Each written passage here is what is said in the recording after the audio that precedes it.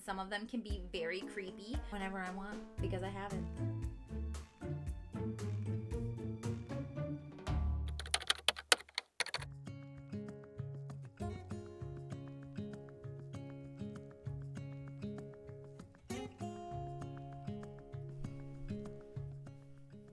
Hello friends, my name is Lena and welcome to my channel. This is where I talk about books and all things cozy and comfy and the things that make me happy. So today I am sharing my 23 in 23.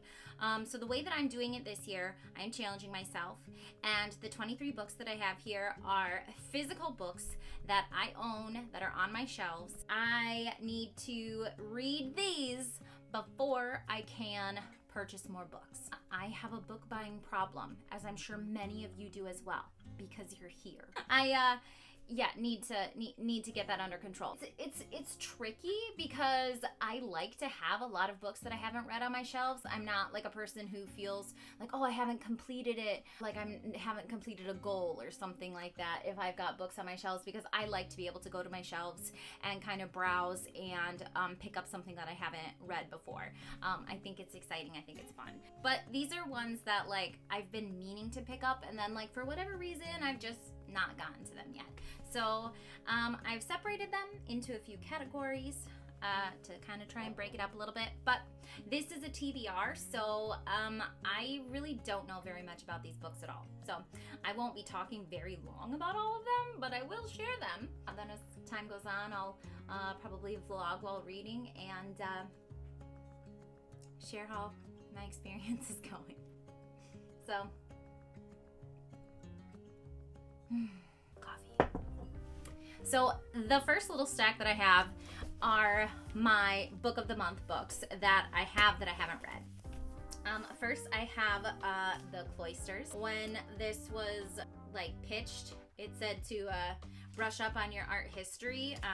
So I was like, sold, got it. And it takes place in New York City.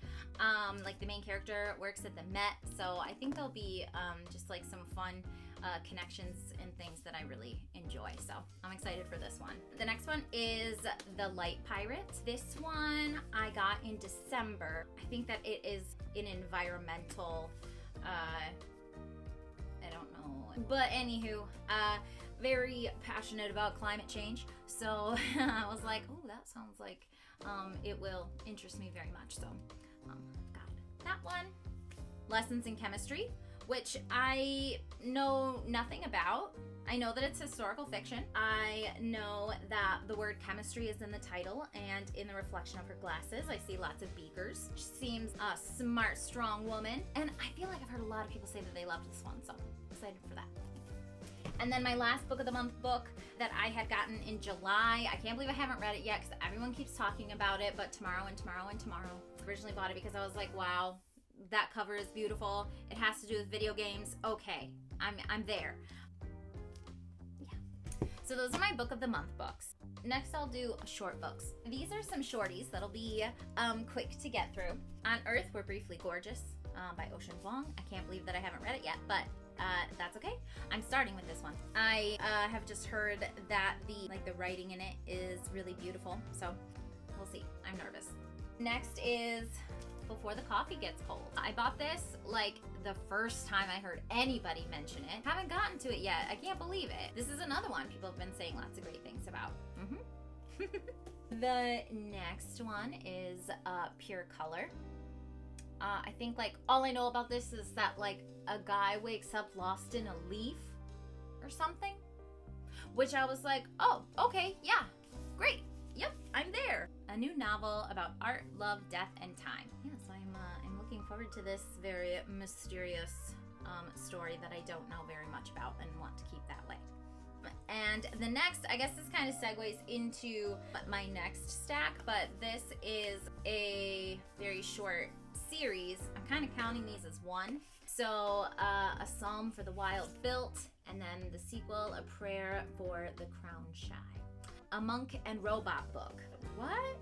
Yeah, I'm there for it. At first I just saw the covers and I was like, those are pretty. Then I saw that it said a monk and a robot and I was like, yes. And then I saw Allison Pages talk about how she just absolutely loved these. So many reasons to be excited about reading these. My next stack, which is series. I'm only counting one book from a series as a book. Like, it's not like, oh, this has 3 books, so it counts as 3. So the first one is The Atlas Paradox, which is the sequel to The Atlas 6. I read that over the summer. It was on the edge of my seat. I'm in such suspense. I feel like I've been like, putting it off because like, I want to save it for the right time. But it's probably just gonna like hit me one day that I'm like, it's time. I gotta read. The next one is one that I just started, actually. It is The Poppy War.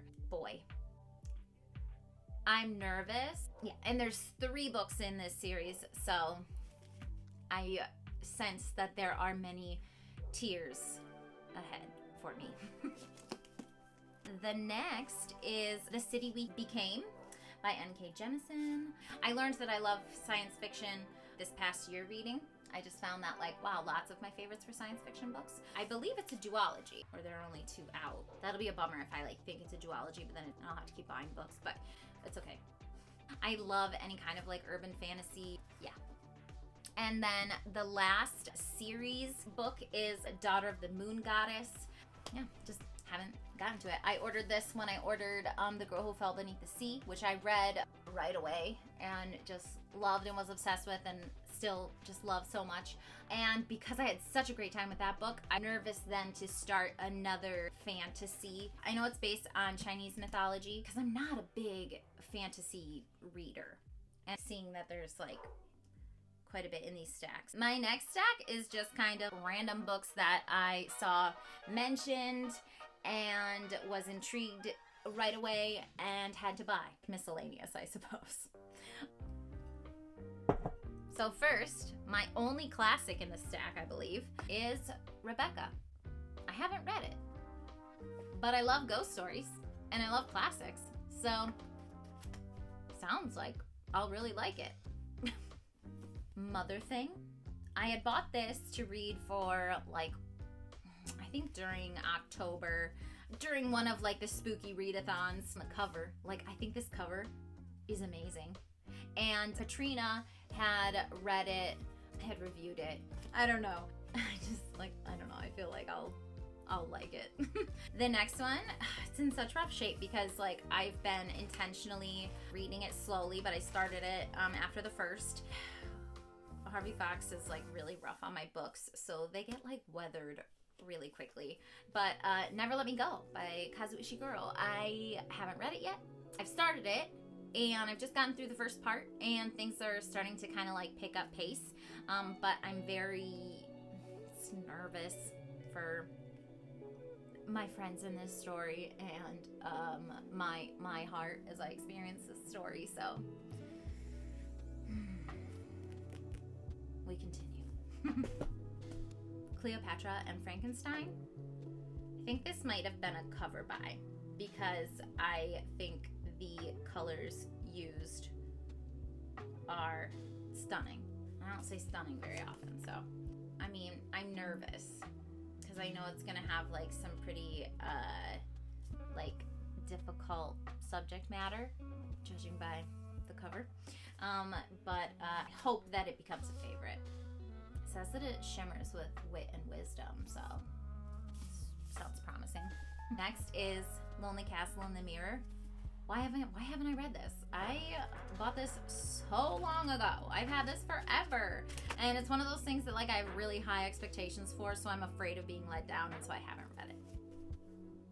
I love some magical realism, and I think that it falls in that category. When I was a kid growing up, I had like serious trouble just with like being bullied.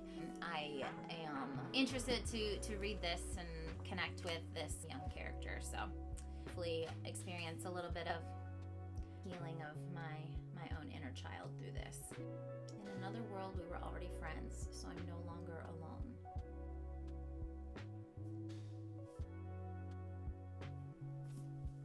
The Book of Form and Emptiness by Ruth Ozeki. This author, she is a Buddhist priest, And so I am very curious to read, number one, a story by her, but also I know that I've heard that this is about like a boy who his father passes away, and then his belongings, like his objects, start talking to him. And I'm just very curious about that concept in the context of being written by a Buddhist, like the values of the yamas and the niyamas. So non-attachment and things like that. I'm just really curious to see what I'm able to glean from it, because I always have a really deep interest in Buddhist traditions. So the next one is Hidden Pictures. I, as an art teacher who sees lots and lots of drawings by kids all day, every day, and some of them can be very creepy, I'm excited for this one because it will probably resonate. So, yeah. Next is Once There Were Wolves. I had started the audiobook for this last year.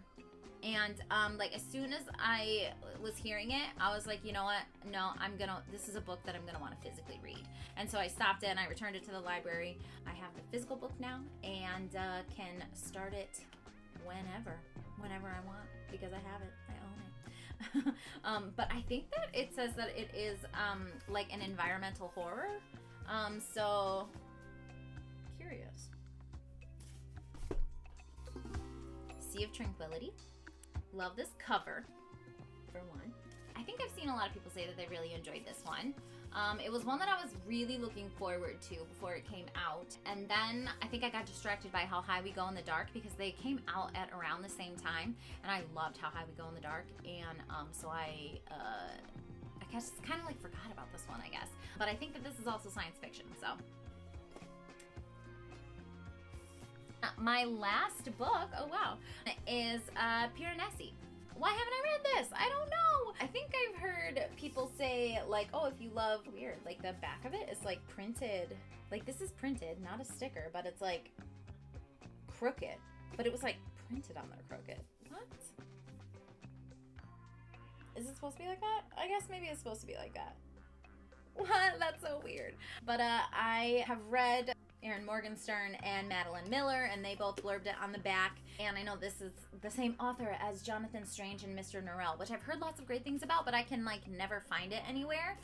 Is there something like strange about that book? Was it only like, did it only have like one printing? I'm not sure. Like I never see it anywhere. I have to find that book. I want to read that book.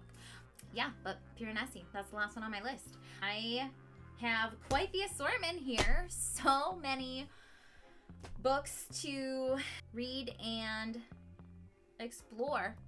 So yeah, and I've got lots and lots of pages ahead of me before I can purchase any new books, which is gonna be really difficult because I just finished Legendborn and I really, really want to buy Bloodmark.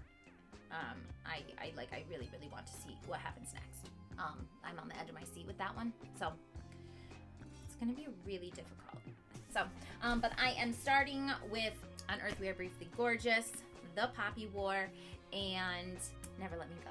They're all kind of like ones that I'm reading at different points. So Never Let Me Go has been kind of like my before bed book. The Poppy War is like the one that I like kind of like am continuously like going back to, like throughout the day at random points when I'm like available to read, because I want to know what happens. Also, I apologize for my dog howling downstairs. He cries like a sad Chewbacca. Anywho, so I hope you enjoyed this little list. If any of these books are on your TBR for the month of January or the year of 2023, drop a comment below. I would love to share our thoughts once we have read them. Or if any of these are like books that you loved or books that you were like, that was awful.